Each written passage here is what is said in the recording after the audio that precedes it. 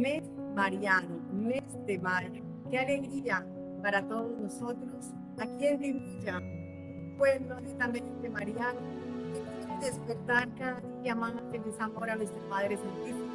Nos alegramos para iniciar este peregrinar durante este mes 2025.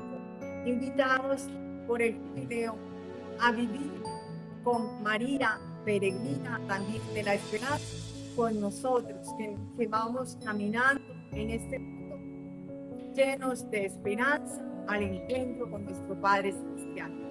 Tenemos 15 promesas de nuestra Madre Santísima que cada día iremos recordando.